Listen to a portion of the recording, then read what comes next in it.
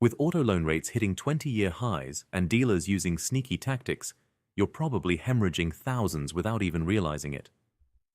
The average American overpays $23,400 over the life of their car buying journey, and today I'm going to show you exactly where that money is disappearing so you can keep it in your pocket instead. Let's get into the 8 mistakes costing you a small fortune. Mistake number 1 is walking into the dealership without knowing your credit score. Picture this. You're excited, you found the car you want, you sit down with the finance manager, and he says your rate is going to be 14%. You think, okay, rates are high right now, that sounds about right. But here's what he knows that you don't. Your credit score actually qualifies you for 9% at your local credit union. That difference on a $35,000 loan over 60 months is $4,200 straight out of your pocket. This happens because dealers have what's called dealer reserve, which means they can mark up your interest rate and pocket the difference. The fix is simple. Pull your free credit report at annualcreditreport.com before you ever step foot in a showroom.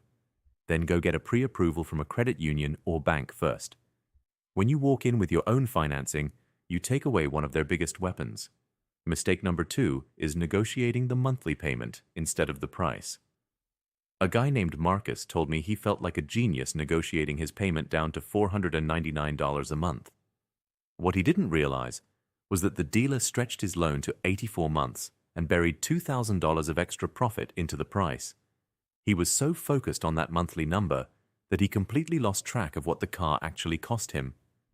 Dealers love this tactic because it works every single time. The monthly payment is a distraction. Always negotiate the out-the-door price first, get that number in writing, and then figure out financing separately. That single shift in how you negotiate saves the average buyer $2,800. Mistake number 3 is skipping the pre-purchase inspection. Sarah found a used SUV for $22,000. It looked perfect, drove fine on the test drive, and she bought it without having a mechanic look at it. 3 months later, she's staring at a $6,800 transmission repair bill. A pre-purchase inspection from an independent mechanic costs somewhere between $100 and $150. $150 versus $6,800. That math is pretty brutal. Dealerships create urgency. They tell you someone else is looking at this car, they tell you it's certified, but certified pre-owned programs have gaps. Always, always, always spend that $150 before you sign anything. Mistake number 4 is buying add-ons in the finance office. You've just survived the negotiation, you're tired, you're excited, you just want to drive your new car home. Then the finance manager slides a menu across the desk. Extended warranty, paint protection, gap insurance, tire and wheel protection. All of it sounds reasonable, and all of it is astronomically overpriced at the dealership. The average buyer says yes to $3,800 worth of add-ons in that room that they could have gotten for a fraction of the price elsewhere.